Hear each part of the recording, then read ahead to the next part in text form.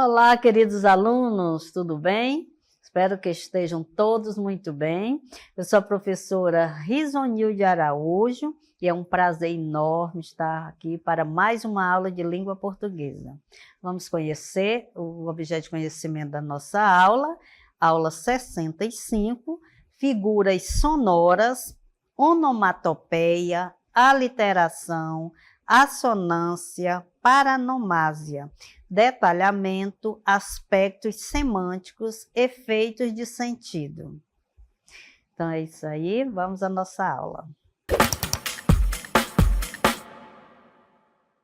Então é isso aí, a gente vai trabalhar, né, mais uma das figuras de linguagem, né? A gente sabe que as figuras de linguagem, elas servem para dar mais ênfase, né, mais significado naquilo que nós queremos construir, né? Os autores, eles utilizam muito em suas obras. No nosso dia a dia, nós também utilizamos, não sabemos dizer, né, muitas vezes. Ninguém vai falar também, olha, eu estou utilizando a figura de linguagem tal, mas quantas vezes, né, nós amenizamos uma situação ao falar, né, com alguém que levou, por exemplo, o nosso lápis, olha, levaram o nosso lápis, ao invés de falar, roubaram o nosso lápis, né? Quantas vezes nós exageramos, né, para enfatizar aquilo que nós queremos dizer? Né, eu espero o meu amigo 5 minutos e digo para ele que está com 2 horas que eu estou aqui, por que você não veio logo? Né, então eu exagero. Então há muitas formas da gente dar ênfase naquilo que se quer transmitir e dar outros sentidos, né, outros significados. Por exemplo, para eu pedir silêncio, né, eu chego em um determinado lugar, eu só faço... né, esse chiado que eu faço, ele passa uma mensagem, né? As pessoas sabem que se pede silêncio juntamente com o símbolo aqui do silêncio, né? Quando nós chegamos a algumas repartições, tem, né, uma pessoa, né, com esse símbolo aqui, que significa pedir silêncio, mas na nossa fala nós acrescentamos, né, esse chiadinho aqui para pedir silêncio. Então, os autores, né, eles utilizam de várias maneiras. E a gente vai ver, né, presenciar aqui, assistir a um vídeo de uma obra, né, e vocês irão ver que foi utilizado uma das figuras de linguagem, que depois a gente volta para explicar. Vamos lá. O relógio. Passatempo, tic-tac, tic-tac, passa a hora, chega logo, tic-tac, vai-te embora. Passatempo bem depressa, não atrasa, não demora, que já estou muito cansado, já perdi toda a alegria de fazer meu tic-tac dia e noite, noite e dia. Tic-tac, dia e noite, noite e dia. Então, olha, mas não se preocupe, né? Passou rápido, eu vou voltar com o texto, a gente vai fazer aqui uma análise desse texto, de que forma foi incluído aí um recurso, né, que nós chamamos de figura de linguagem. Vamos ver que se chama O Relógio, texto. Passa tempo, tic-tac. Tic-tac, passa a hora. Chega logo, tic-tac, tic-tac, e vai-te embora. Passa tempo bem depressa. Não atrasa, não demora, que já estou muito cansado, já perdi toda a alegria de fazer meu tic-tac dia e noite, noite e dia. Tic-tac, dia e noite, noite e dia, né? Vamos ver Vinícius de Moraes. O que é que acontece aqui? O relógio. Né? O relógio, ele já dá a entender que eu estou falando, né, de uma situação. Que situação é essa? O tempo. Né? Então, é uma reflexão, Vinícius de Moraes passa uma reflexão acerca do tempo.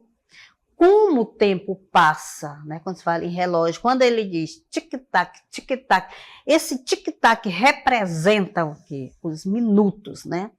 Então, o tempo vai passando, o tempo, e não podemos nos livrar desse tempo. Então, chama a atenção, né, para que nós possamos observar, né, e viver. Né? Esse é o meu pensamento diante desse poema, né? Viver, né, enquanto é tempo, porque o tempo passa e passa muito rápido. Mas o que eu quero que vocês prestem bastante atenção são nestas palavras. Tic-tac está representando, né, um tipo de recurso linguístico, de uma figura de linguagem. Então, toda vez que passa o nome tic-tac, tic-tac, tic-tac, já vem à nossa mente que se trata, né, daquele sonzinho de que mesmo do relógio. E tem uma figura de linguagem específica para esse tipo de palavras que representam os sons na fala. E que figura de linguagem é essa? Nós estamos falando das figuras de som, que pode ser chamada também de figura de som ou harmonia. São aquelas que utilizam a reprodução, repetição ou imitação de vogais e consoantes para intensificar a expressividade do texto. Que as figuras de linguagem, elas vêm, né, elas aparecem no texto com esta função, né, de intensificar o que se quer transmitir. Tá? Então, a gente vai trabalhar agora as figuras de som. Tá? Então, as figuras de som estão relacionadas, quando se fala de som, né, sonoro. A gente já sabe que trata, né, de coisas que transmitem sons. Então, nos estudos da linguagem, as figuras de som são definidas de acordo com 4 tipos. Então, a gente vai trazer agora a aliteração. O que representa essa aliteração? A aliteração caracteriza-se pela repetição estratégica de consoantes. Estratégica porque é um recurso que o autor do texto ou a pessoa quer utilizar, né? Não é por acaso. Então, especificamente, os fonemas que ficam no início das palavras ou no seu interior. Este recurso estilístico está sempre presente em provérbios, trava-línguas, composições musicais e poesias. Então, elas não vêm por acaso. Elas aparecem para dar uma certa musicalidade, né, nos textos, olha, na música, ela vai dar um ritmo. A gente vai ver um exemplo aqui da utilização de consoantes. Veja bem, aliteração, grave bem, aliteração, né, a repetição no mesmo texto de consoantes, para dar, né, esta musicalidade. O sabiá não sabia que o sábio sabia que o sabiá não sabia assobiar. Né? Então, essa repetição, né, veja que fica bem marcante no texto, né, vem com a ideia de assobio, né, sabe, né, como se fosse assobiar mesmo, né? Como o nosso pássaro aí está representando. Sabiá não sabia que o sábio sabia que o sabiá não sabia assobiar. Então, a gente fala bem rapidinho, né? Muitas vezes a gente nem consegue falar bem rápido, mas quanto mais rápido, mais aparece a presença desse recurso da musicalidade. Vamos ver outro exemplo. Então, às vezes, as palavras repetidas, elas vêm para representar. Nem todas as vezes, né, alguns sons, eles representam de fato como são, mas se assemelha, né, ao som de determinado ser, de determinado objeto, de determinada coisa. Chega bem próximo e você lembra. Olha só a repetição do P aqui, né, em várias palavras. A pia pinga, o pinto pia. Quanto mais a pia pinga, mais o pinto pia. Pia, está representando, né, os pingos saindo da torneira, esse sonzinho que ele quer, o autor que fez o texto, quis, né, representar. Isto é a literação. A literação são as consoantes, tá? A repetição de consoantes. Porque nós vamos ver a próxima, que é a assonância. Que vai ser uma repetição, mas não mais, né, de consoantes. A assonância também utiliza a repetição, mas apenas de sons vocálicos idênticos ou semelhantes. Geralmente é empregada em conjunto com a literação, produzindo o efeito harmônico.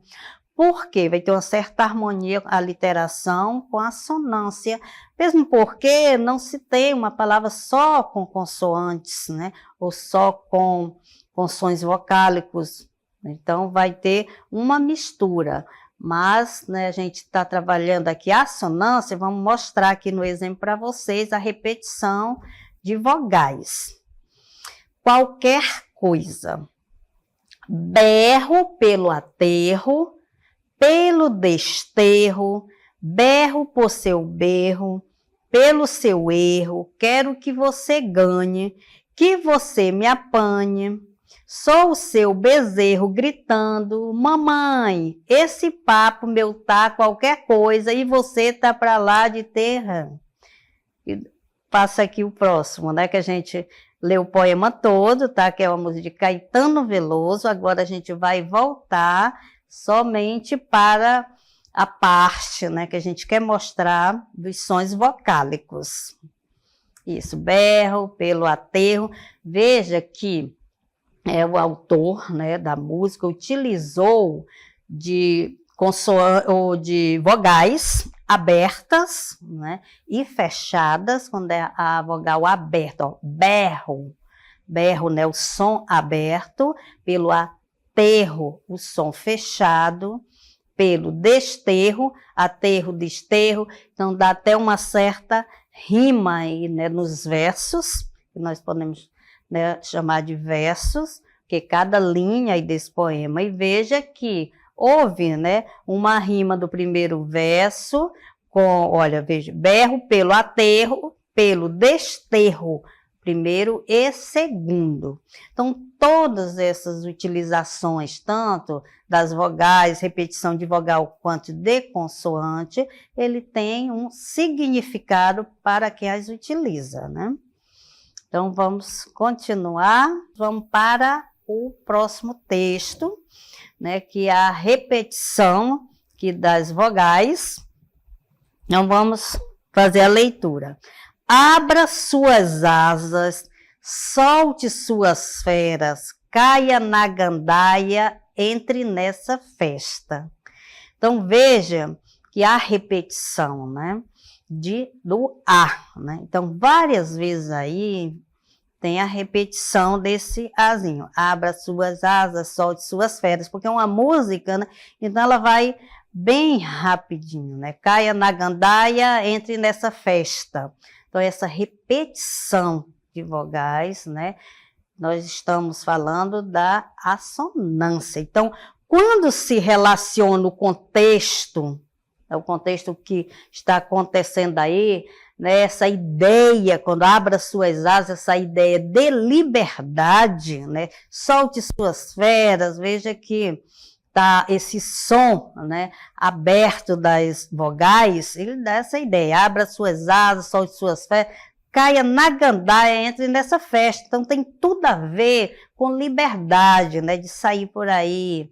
Então, ela, quando se relaciona o contexto e a musicalidade, a assonância pode criar diversos efeitos no enunciado.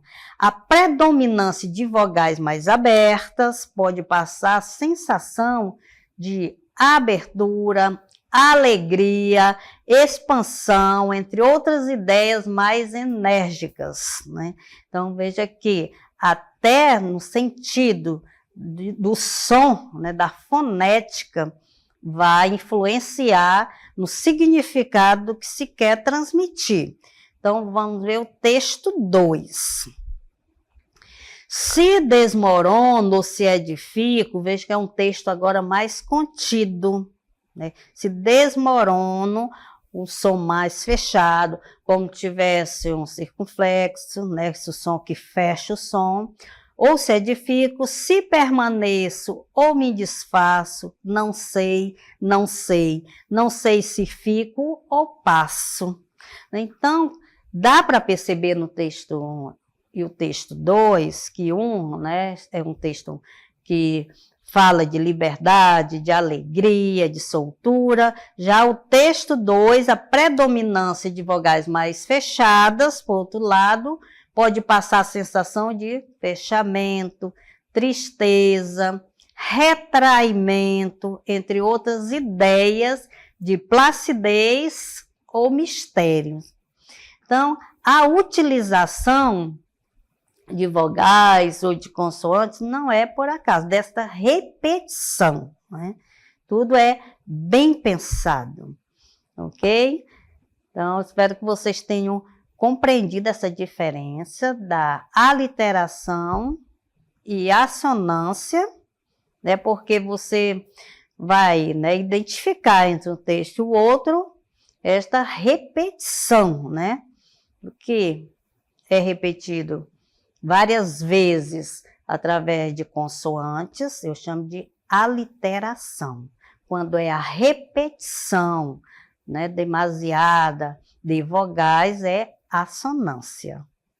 Então, a gente vai fazer a leitura de mais um texto, né, que é o trecho do conto Um Apólogo, de Machado de Assis. Não sei se vocês já conhecem, mas é a briga de uma agulha e da linha, né? Sempre a agulha, né, ela diz, eu sou mais importante. A linha, não, sou eu que sou mais importante. Então, trata-se desta briga entre a agulha e a linha. Mas será que eu posso dizer, né, quem é mais importante? Quem é que vocês acham? É a agulha ou a linha? Porque elas brigavam muito por conta disso, né? Uma senhora foi costurar um vestido de festa no palácio e as duas ali pertinho começaram, né, a discutir. Ai, não, mas sem a minha presença você não faz nada. Uma falava para a outra, não, mas sem mim também não acontecia nada. E elas começaram essa briga. É um texto muito interessante, mas aqui nós temos só um trechozinho dessa história. Então, a gente vai acompanhar e vamos tirar uma figura de linguagem dela aqui. Então, a linha não respondia. Veja que aqui a gente está pegando um trecho, tá? Pelo meio do texto. Então, a linha não respondia e andando. Buraco aberto pela agulha era logo enchido por ela. Silenciosa e ativa, como quem sabe o que faz e não está para ouvir palavras loucas.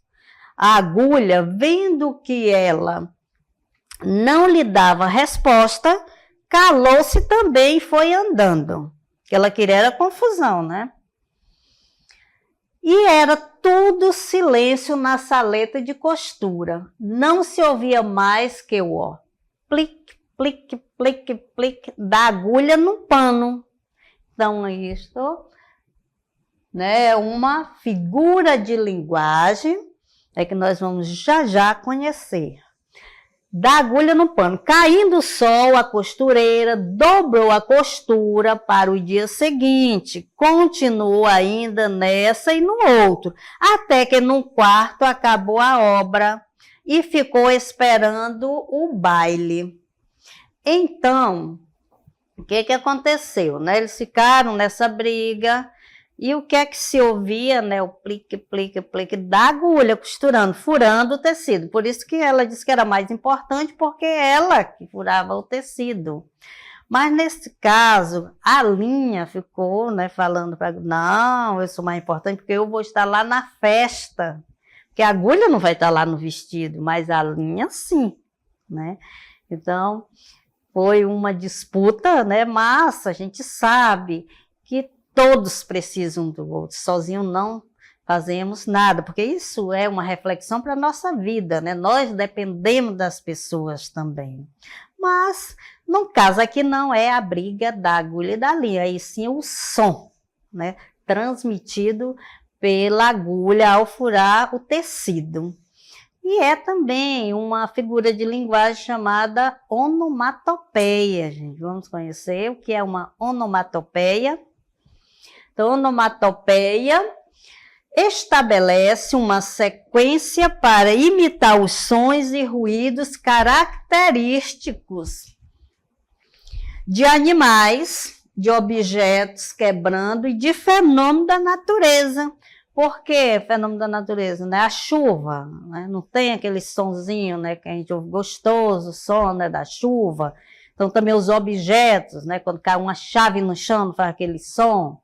Então, é isso aí. A gente vai agora assistir a uma animação para vocês compreenderem melhor.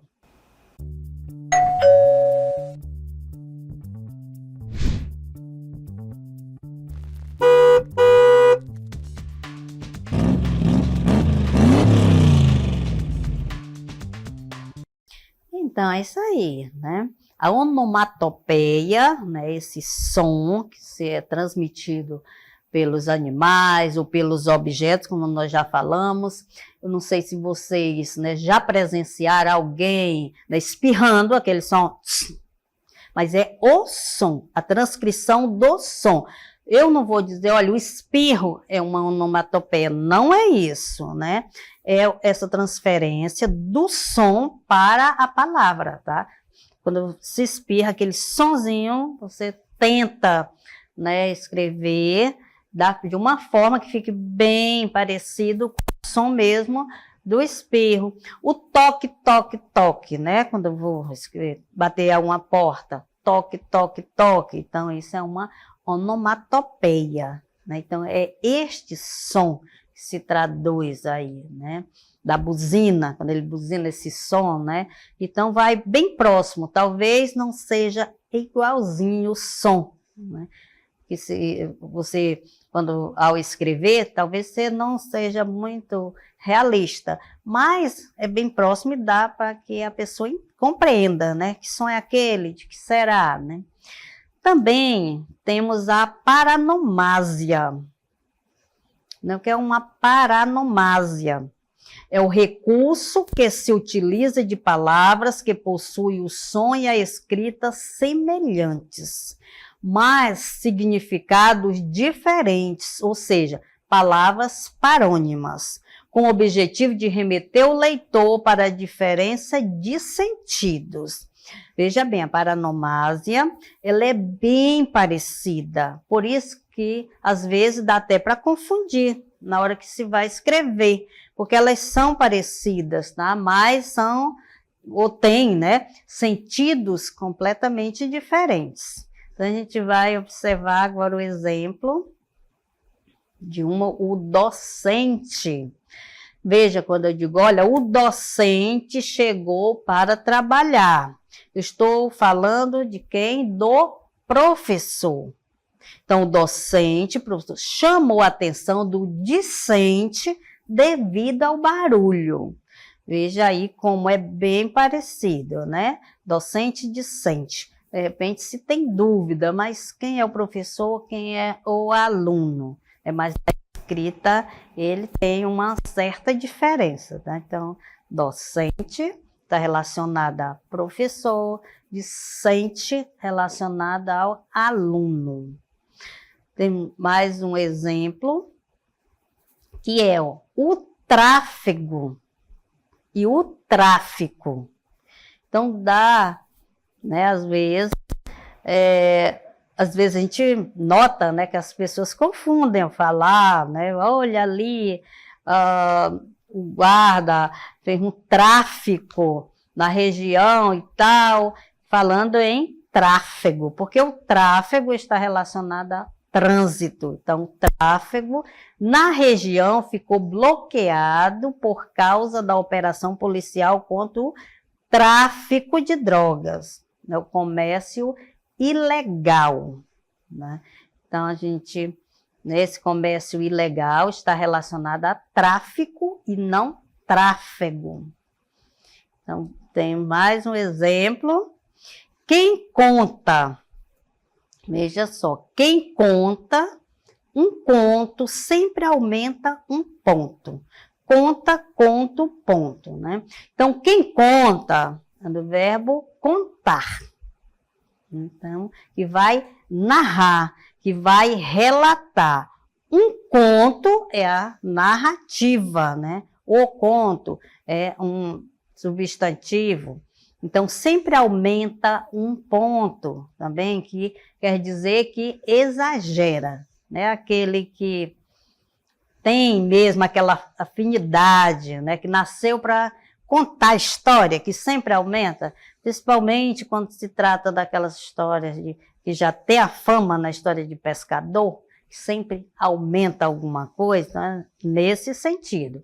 Mas a gente deve, né, verificar aí como se escreve, né? Conta do verbo contar, eu conto, tu contas, ele conta, né? E o conto, aí só há uma vaga, né, impressão, que são parecidos demais, mas aí o que mais se parece conta, conto, ponto, né? Aumenta um ponto, conto. Então, ele é parecido só mesmo para... Confunde um pouco, né, na hora que você vai falar, mas não quer dizer que dá para confundir o ponto aí, né, com conto e com conta.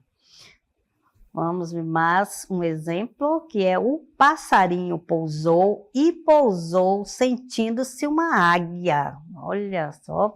Então, o passarinho pousou, né, então ele estava numa árvore, desceu, pousou e pousou, né, sem o U aí, pousou, fez uma posição, como se faz para tirar uma fotografia, sentindo-se uma águia, né, a águia toda bonitona, né, então ele fez isso, ele pousou e posou.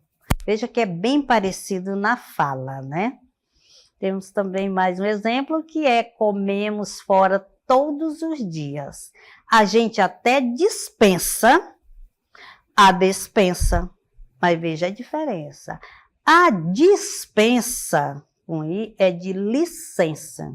Olha, eu pedi uma dispensa do meu trabalho. A despensa é um armazém, né? Aquele local que a gente guarda as coisas, né? É a mesma impressão que se dá quando se fala, a gente diz soar, suar, né? Suar, suar, transpirar. Soar é o som do sino, né? Então, às vezes também a gente pega alguém falando, né? Eu soei demais, que o certo é suar, né? E não soar, né? No sentido de transpirar, né? Então, gente, esta foi a nossa aula de hoje. Espero que vocês tenham compreendido. Até a próxima.